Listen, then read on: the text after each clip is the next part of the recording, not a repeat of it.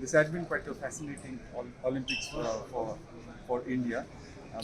But if you look at it, we have to also understand that before coming to the Olympics, there was a huge build-up, and people are talking about double-digit medals, which look probable. But if you look very closely at the rankings and the performances of our top athletes, then yeah, I think it was a bit exaggerated figure, double-digit figure.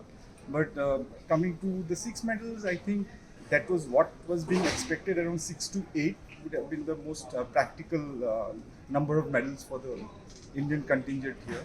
So the way the Indians started, it started with shooting. So the first thing, the first medals came in shooting, and those uh, and that is the sport that did not give us medals in the previous two Olympics, which was a big thing because once you start well, then there's a uh, there's a lot of motivation and there's a buoyant mood within the camp, to increase the medal tally and do well. So India definitely started very well thanks to Manu Bhaker and her two bronze, one in individual 10-meter air pistol and in the mixed with Sarabjot. So those were the big highs, and then Swapnil also added the third. But what happened in between that and the last few days is a bit problematic for India because that 1 week we did not win any medals. We did not win any medals in that 1 week, and two of the most famous and the most followed sport in India, badminton and boxing, did not give medals, which should be the worrying factor for everyone back in India because those were the two sports where Indians, I mean, as a contingent, they were, they needed at least one or two medals from those two sports to make it to beyond Tokyo's seven medals. Yep, badminton coming into the Olympics, there have been a lot of talk around the doubles pair of Satwik and Chirag. So they were in form, especially in the last 1 year, though they slipped a bit in between, but there's a lot of hope in the doubles pair. But people are not talking about Lakshya much, but PV Sindhu, because of her past performances in the Olympics, she's been considered as a big game player. So people had some kind of a hope on PV Sindhu as well. So they had trained very well. A lot of funding had been spent, funds have been spent on the shuttlers. So when they came into the Olympics, there was a lot of hope on the doubles pair, and the outside chance of PV Sindhu because of her previous experience and the way she plays in the Olympics. So a lot of people had hope on her, but it was Lakshya Sen who finally came out. I mean, at least went to the semi-final and bronze medal match played the bronze medal match, and which he lost very, very closely. I mean, something happened that day and he lost. So, still, I think badminton was a big disappointment because it's a big, big sport in India, and it should have been in the taken the upper trajectory. Instead of that, it just flattened.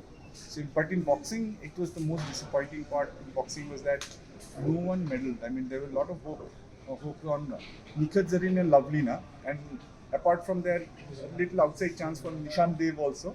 But I think there was, I mean, too much of overhype, or you can say maybe over expectations from the boxers, because when they came here and they fought, even in their first round matches, like Nikhat lost to the Chinese in the second round, but that was almost one sided. You could see the difference between her and the opponent. Same, but Lavlina's was a closed round, but still you could see that they were not being able to close out the matches in the final round. So I think the Boxing Federation and Sai and all, everyone has to sit together and find out why they are not being able to close out matches. And and when it comes to funding, they also have got the best funding like badminton or any other sport.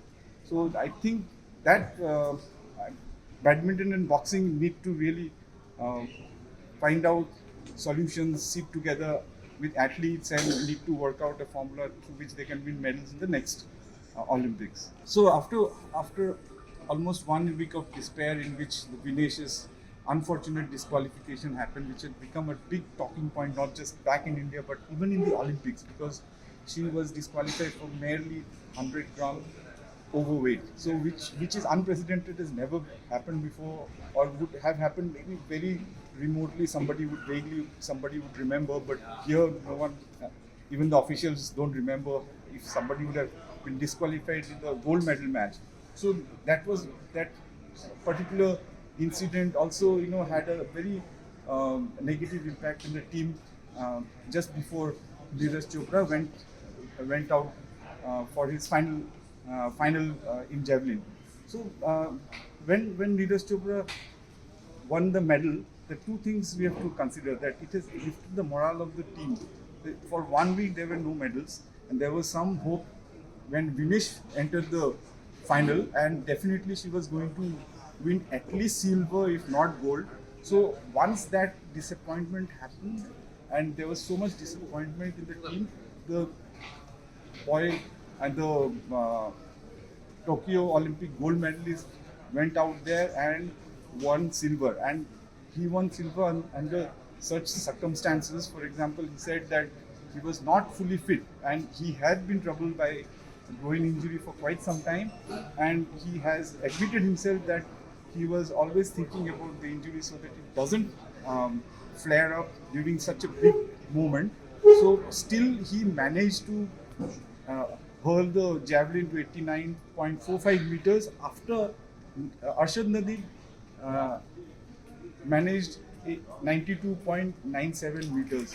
Under pressure, injured, Neeraj Chopra going there and throwing that only throw, the legitimate throw, which won him silver. And rightly so, he's the most decorated athlete in India right now. But what seems to be the icing on the cake, I mean, at least some kind of,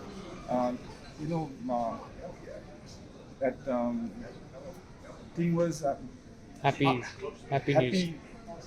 moment was Aman Sehrawat winning the bronze, a guy who's not too many people would have known him, and a person who was orphaned at the age of 11 and made Chhatrasal his home, came here and absolutely dominated his qualifying rounds till he met uh, Japanese.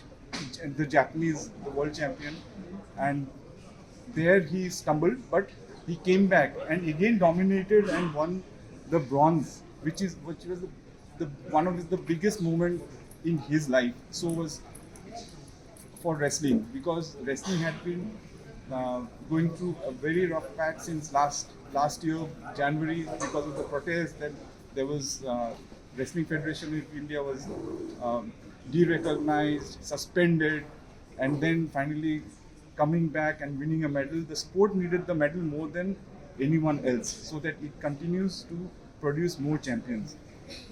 And lastly, the romance of Indian sports, hockey. Hockey was like, they had some fabulous moments here, and if somebody would have thought that they had entered the semis by fluke, it cannot be said at all, because on the way they beat some team called Australia, who they have never beaten in the last 52 years. So in Olympics, so they have played like a team, and it was a fitting farewell for one man called the R. Srijesh. So it was, overall we can say it was glass half full, or you can say half empty, but definitely for all officials, federations and all, it's time for us to ponder what went wrong and what can be done better to double the medal tally next Olympics.